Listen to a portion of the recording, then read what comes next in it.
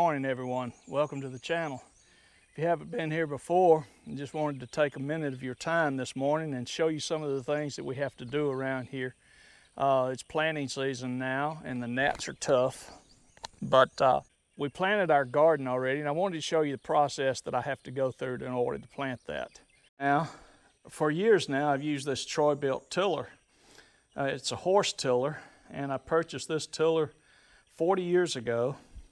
It's the original tires on it, but throughout this 40 years that I've had this tiller, it's planted many a garden. It's tilled the gardens up and it's rowed them up and made it so that I could plant. But usually it was a small garden. And now that I'm 73 years old, it's time to make a change. So what I did in making that change was I've had this tractor for, I don't know, since 1998 when I bought this property down here. And this tractor has done everything to clean this property up, from bush hogging to hauling off logs, and even used it with the sawmill quite a bit. But I decided it's time to change direction with the tractor and put it to use making our garden. I invested in a King Kutter 6-foot tiller attachment for my tractor, and this thing has been great. It's made in the U.S. in Alabama, and it's sturdy, it's stout. It's a gear-driven tiller. The only thing you have to do when you purchase this is make sure you have gear oil in both the transmission and in the gearbox.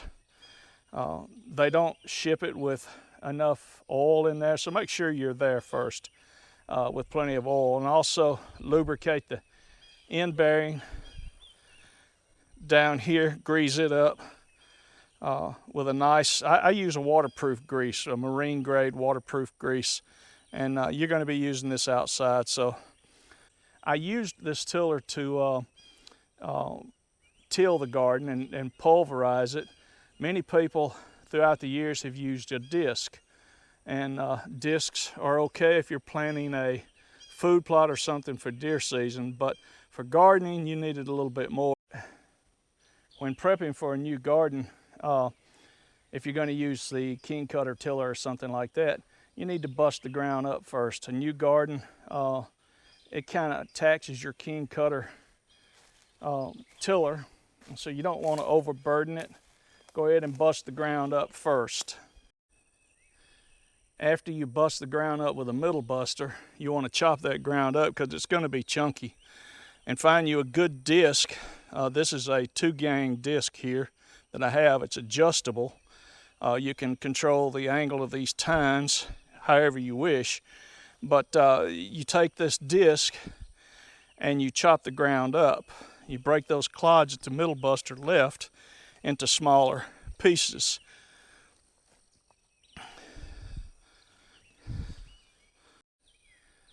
After I disked, I wanted to try to rake out as much of the sticks and things and roots that are in the garden. So I've had this spike harrow that I got years ago when I got the tractor, and I put it to use and raked the garden with it. This is a 6-foot wide, it's a 6-foot wide spike harrow, and it does pretty good to get the major things out. Most all of the tools that I have are new additions for the most part to the garden, but the one thing that I needed was a hipper or a row maker. You can make a row with a middle buster, but it takes 2 passes to make it. And keep in mind, I'm just an amateur gardener, and I'm not out to make a fancy bed or anything like that, but I wanted a neat looking farrow. I wanted a neat looking row in order to plant. The Troy-Bilt tiller for years did fair with it. It would drift away from time to time. You'd have a row that might make an S curve. It wasn't no big problem if you like to hoe a garden. Well, after I got this ready to row up, I decided I needed a hiller. And I had started pricing them out, and a decent hiller for a garden runs about $450. Now I've already spent a lot of money on my tiller attachment for the tractor over there. I paid $3,000 for that King Kutter out of Tractor Supply, and that was without a veterans discount. They wouldn't let me have the veterans discount just yet, but that's all right. I had to have it, so I did make that purchase. But the hiller is something that I needed to after I got through disking, to hill it up and get it ready to plant. And the hillers being so expensive, I decided that I might have to try some other way. So I wanted to show you this. This tool right here is a harrow that had 6 sweeps on it. I still have the sweeps. I intend to use that. The sweeps that you have on this harrow are meant for cleaning out the weeds in between the rows. And I said, well, that's pretty much like a hipper anyway, or a row maker, so I modified. I purchased a 48-inch, 2-inch square tubing, 1/4 inch thick. It's heavy duty. And I had these 2 discs. I've had these discs for a long time, probably 10 years. I had intended on doing this. In fact, I tried to do this on this same implement, but I used a U-bolt. And the U-bolt that I had on here came across this angle iron here, and that angle iron and the U-bolts were not satisfactory. What happened is that the disc would flatten out, they would fall back and tilt out of the way, so I had to make it sturdier. These are the holes for the sweeps that you would put them in. This being the furthest one out on each side is 48 inches from side to side. This next one is 46, 44, 42. And it comes on down to 38, and so on down the line for the other sweeps. And they're graduated so that they have a little bit of a gap in between them if you're using it to clean out your garden. And so what I did, I took this 46-inch hole and used that hole for the tubing.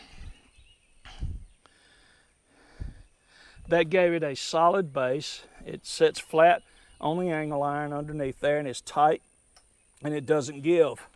And the U-bolts that are held on by this bracket here, this bracket's held on, don't flex, don't give. This row marker here, you can set for however you want. I have these discs set at about 18 inches for the row there, but you can come out another 6 inches on either side to get it wider. You can get it in line with the back of the tires here, so that you can have a wider row. If you're going to plant a wider row like that, it's good for potatoes, it's good for watermelons and the such, but I'm leaving this at 18 inches for now. I hope this kind of gives you a little idea of what I do to make a garden. I hope this will give you some idea of what I do to make a garden for us. I plant peas and corn and okra, tomatoes, cucumber, squash, lettuce, watermelons, 3 different varieties of watermelons, bell peppers, and hot peppers for making sauce. But I do this so that we can have something in our freezer to last us all year long, and it carries through the winter months. But I hope you can glean something out of this. Keep in mind, I am not a show farmer. I don't do this to make the prettiest garden in the world. I don't do raised beds in containers or anything like that. I just put it in the ground, and me and the Lord take care of it after that. So if you find some use in this, please comment and like. Thank you for watching.